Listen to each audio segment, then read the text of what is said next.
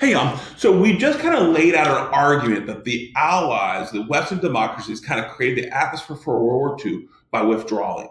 That is one thing on the way. I am now going to focus as Hitler as the sole cause. I am going to mention a couple sidelights you may want to read a little bit for the AP test in the Spanish Civil War, but we'll talk about that hopefully maybe on Monday. But let's unpack this. Hitler's diplomacy and aggression. Hitler as the cause. Despite the lack of hegemony of the democracies, I want to point out Hitler is a bad behavior. He is not operating in good faith, and we're going to unroll this.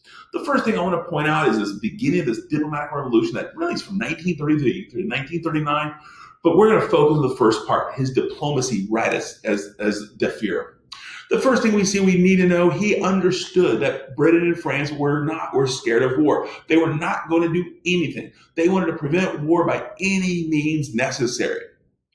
And he really tested this out at the Geneva Disarmament Conference. This conference had been meeting for a year. Nothing's been decided. Hitler becomes leader. He walks in and goes, I demand France disarm. When France refused, Hitler said the Treaty of Versailles no longer applies. At that moment, there should have been an Allied Entente reaction. The United States, Great Britain, and France needed to come in and check that. What happens? Nothing. Hitler destroyed that. He's going to destroy Locarno as well. And then by 1935, now he feels that Great Britain is really not going to do anything. He announces the rearmament of Germany. They begin the army conscription, which is a clear violation of Versailles.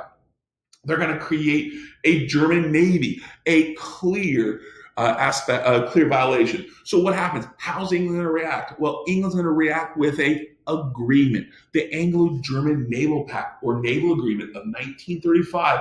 This is significant. This is about Hitler's diplomacy. He's creating chaos, and what happens? England appeased them. Not only did England not try to stop their navy, they tried to regulate the growth of their navy. Now, little side note, if Hitler's not going to follow Treaty of Versailles or Locarno, why would he react here? No, everyone knows he is not operating in good faith. He is going to break every agreement, but Great Britain feels in 1935 they can contain him. This opens the door for more rapid militarism. The French and the British were allowing the Germany to rise. And I do like this image. This is a 1935 photograph of the Nazi army marching. This is a show of militarism, which was not supposed to happen we can talk about Versailles, we can talk about Locarno, and we can talk about the Kellogg-Briand Pact. All of those things, this is a violation of, and yet nobody does anything. Now, in 1936, as the Spanish Civil War is going on, a little side note, the Spanish Civil War was this horrible conflict from 1936 to 1939 in which the fascist phalange led by Franco utilized Italian German help to destroy the popularly elected democracy. So it's kind of one of those things. So as the whole world was watching Spain destroy itself, Hitler decided this is the moment. Since everyone is fearful that Spain might turn into a theater of war, what's he going to do? He's going to act bold. And on March 7th, 1936, Hitler announced to the world that Germany was going to remilitarize the Rhineland to protect Germany from unwanted invasions. Britain and France, what do? They take no action. That's how they react. They react by taking no action. So I want to circle it. I do think it's so important that you remember the Rhineland. The Rhineland is the doorway in which the Schlieffen Plan begins. They invaded Belgium and France by going around French fortifications, but nothing happens. Germany is allowed to do this, and it kind of an interesting thing. Hitler's generals were so scared. They warned Hitler that something bad can happen. We can't have war. But Hitler gambled and he won. He now realized that Germany could do what it wanted without fear of an Anglo-French reaction. So what does he do? He begins to realize if he wants to take revenge, if he wants to get rid of Versailles, he wants to get rid of the Polish Quarter, if he wants to get back Alsace-Lorraine, if he wants to make Germany the country that he wants based on social Darwinism, Aryanism, racism foundation, what does he need? He needs allies. And what do we get? He gets a friendship with Italy. As Spain is falling into a civil war, the world is caught off guard. And then Italy, Mussolini, promising irredentism, promising to gain revenge, he actually openly invades Ethiopia, the only major country in Europe, Africa not colonized. And if you go back to your notes, Ethiopia actually defeated Italy in the 1890s. So he's trying to claim redemption. Well, Mussolini believed that he could do this because it didn't impact European affairs. But Ethiopia was a charter member of the League of Nations. They looked to the League of Nations for help. This was supposed to happen. What happens? The worst possible thing. England and France, who were supposed to be Italian allies, they created a weak attempt to prevent the invasion. They say, please stop. Mussolini, please stop. Such a weak encounter. So embarrassing because the only thing England had to do was shut the Suez Canal. If they shut the Suez Canal, the crisis is over. But they feared war. They feared conflict. And they feared what might happen. So what do? They say, please stop by allowing Italy. So the only thing they do is piss off Italy. So Italy is angry. They get Ethiopia. They devastate Ethiopia. And then what they do, they turn around and they begin to negotiate with Germany because Germany actually gave them some help with the invasion. By 1936, as they're negotiating a new treaty, Italians and Germany begin to work during the Spanish Civil War. Spanish Civil War is supposed to be a civil war. England and France is ignoring it. They're saying, hey, let them do what they're going to do. At the same time, Hitler and Mussolini are working together. Total chaos is ensuing. And by October 1936, this photograph is taken, and Hitler announced the Rome-Berlin Axis. It's now, England and France are now shocked. They're not going to be able to get their ally, and Hitler is now on the rise, clearly asserting hegemony, clearly leading forward, and now we have that. And this allows for his rise of new militarism. And remember, guys, Lebensraum is his ideological principle based on social Darwinism. War is the father of everything. He wants to destroy the subhuman Slavs and begin to move forward. So what does he do? By 1939, the German military is transformed into the most powerful army in the world. He develops the Luftwaffe, which is, I know I say that incorrectly, but it's the German Air Force, which is a violation of Versailles. By 1939, the Luftwaffe, the German Air Force, is the most powerful Air Force in the world. The German Panzer divisions, they have cool tanks. That's an armor division. They're the most advanced at this moment. Very much growing. And by 1939, they have 4.5 million soldiers. Clearly, Germany is a militaristic state ready for action. The ideology of militarism exuding from social Darwinism, exuding from nationalism, exuding from all this. And all of this is happening as they militarize the Rhineland, get involved in the Spanish Civil War, while England and France appease them and the United States stays far away. Germany is now in a position of aggrandizement and no one can stop them. So what does Hitler do? He takes the first steps. In 1938, in what we call Anschluss, or the Union, Hitler announced to the world that Germany would annex Austria, all in an attempt to unite the German people. Believe it or not, England is excited about that. They know what Volk is. They go, what happened? What happens if all the Germans are united? They can transform Europe and get us out of this depression.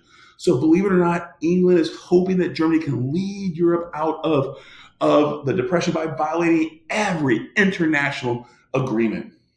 Now, Hitler wants Austria not just because it's his home country, he wants it because it's the Alps, a mountainous region that will make it nearly impossible to be invaded. Within weeks after that, he told his generals to prepare for an invasion of the Sudetenland. The Sudetenland I'm highlighting it right here. It is a mountainous region filled with Germans that was given to Czechoslovakia to prevent a German invasion. Sudeten region is a mountainous region of Germans given to Czechoslovakia to prevent a German invasion. The whole point of giving Czechoslovakia Sudetenland and violating self-determination for people is to prevent German aggrandizement. Hitler realized that. He begins to talk about Volk, protecting his German people. And what does he do? He announces that he will risk war. And remember, guys, this is Brinkmanship, which is so important. Brinksmanship, using the threat of war to achieve a diplomatic coup. The whole world is watching. It becomes what we call the Sudeten crisis. And the British prime minister, who has an alliance with Czechoslovakia, England and France, are guaranteed that Czechoslovakia will not will guarantee support for Czechoslovakia if Germany invades. So what does Neville Chamberlain do? He sought a diplomatic end to the crisis. Rather than saying, hey, if you invade, we'll go to war, he organizes the Munich Conference. The Munich Conference in 1938 was the conference convened to solve the crisis. Germany, Italy, Britain, and France are there to negotiate. Who's clearly not there? Czechoslovakia. What in the world? Czechoslovakia is ignored. Their fate is left in the hands of the conference.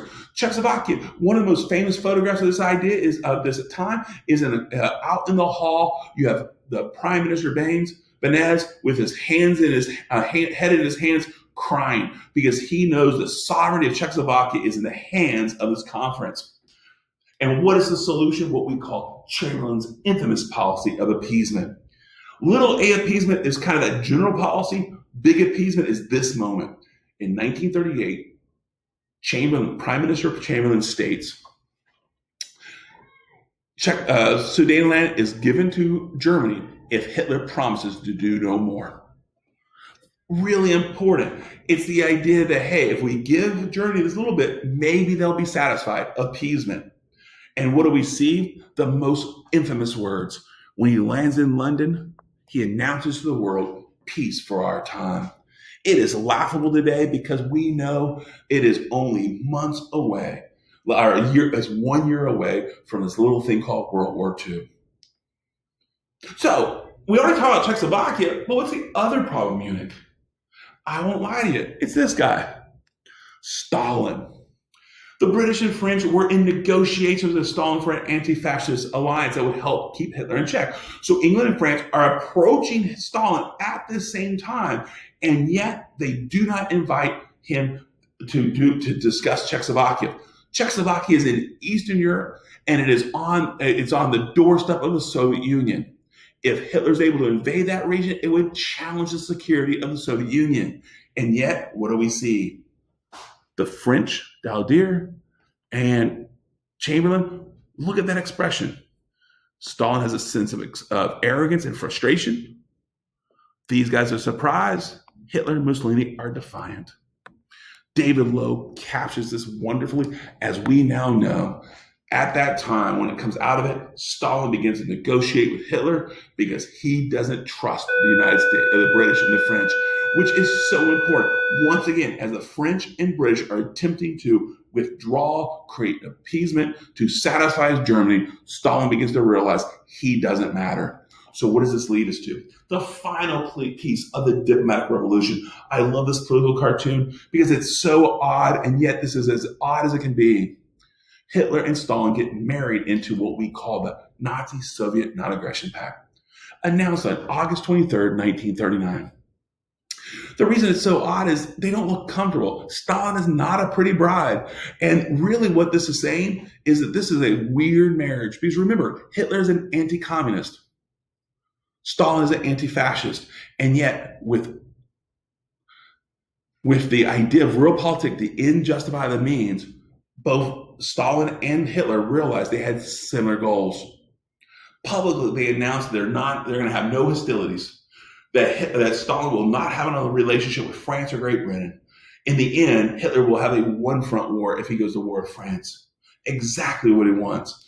But secretly, which is probably the most important part, is the pact divided Eastern Europe. Half of Poland will go to Germany, and Stalin will be given Finland, the Baltic states, and the eastern part of Poland. We are seeing this partition, and now both sides are able to crush Poland the way they wanted to without threatening war against each other. It creates a sense of predictability. They know where Germany's going to go. They know where the Soviet Union's going to go. And they now have a sense of diplomacy. Poland, totally screwed, but so is France. France realized they've been betrayed. I think it's a harsh word, but that's how they feel. They now realize that they're on their own to fight Hitler. And what happens? September 1st, 1939, World War II begins in Europe. The Nazis used blitzkrieg to invade Poland. Blitzkrieg, or lightning warfare, is so much more than just that. So if you define blitzkrieg as lightning warfare, bless your heart, it's so much more.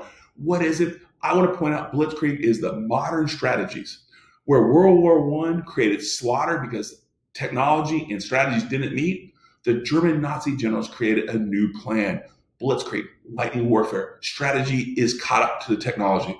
What do? You bring in your Air Force and blow up any defenses. You shoot any of the soldiers marching. Then you follow up, not with men, but with your armored divisions, your tanks, the panzers. They're able to push forward and crush any more defenses. And once that's done, within hours, you will have your army marching in. Here's Adolf Hitler a week or two into the Polish invasion. He is now saluting his Germans, and Lebensraum has been established. Polish corridor is erased, and all parts of Germany united. What happens? Immediately, the Anglo-French governments declare war against Germany. This is exactly what the German generals were scared of. As the entire German Nazi war machine was in the eastern part of the country invading Poland, it left a nice little overextended vacuum in the western part. France, England easily could have invaded, could have occupied, could have guided threat in Berlin and shut this whole thing down. Instead, what do? They hide behind the Maginot Line. So as Poland was being destroyed by the Germans and soon the Soviets, the Anglo-French forces waited behind the Maginot Line. The Maginot Line was a series of French defenses along the Franco-German border. If you want to know more about them, check them out. It's really intriguing. But they're waiting. They're not attacking. Hitler is proven right on his gamble. He believed that the Anglo-French forces would not attack because of the hope. Their hope was that Hitler only wanted to unite all parts of Germany. Once he got the Polish corridor, the conflict would come to an end. Everything would be hunky-dory. Sometimes we call this the phony war because England and France have declared war, but they're not attacking. They're not going to the offensive. And in the meanwhile, bad things are happening. Look what has happened to Europe in 1939. Soviet Union has gotten rid of the Treaty of Brest-Litovsk. They've aggrandizement. They've grown. They've extended into the lost parts of Poland, the Baltic states, and they're moving into Finland. Look at Germany. Germany has been completely transformed. This is Lebensraum, living space. They now have dominated, ethnically cleansing. They're pushing the Poles and the Russians, the Slavs out. They're forming a new German Reich. The Third Reich is now perfected. Europe is literally at war, and yet there's no fighting because once Poland's gone, we know Soviet Union and Russia aren't going to war. And here's where the British forces are. The British and French forces are waiting here. But what's happening? Hitler's forces are going here, here, here. He's getting ready to invade. They were hoping to appease, but Hitler's now preparing for a April, May, June onslaught. In April, he will invade this area to prevent a battle of Jutland. In May, he will invade the Low Countries. In June, he will knock out France. By the time we get to the end of June, England stood alone. Really horrible. It is all caused because the Anglo-French forces refused to attack. It's about the democracy retreating. It's about allowing the worst of the worst to do what they want. And that's where we are today. I hope this lecture makes sense. You guys have a great day and even a better weekend.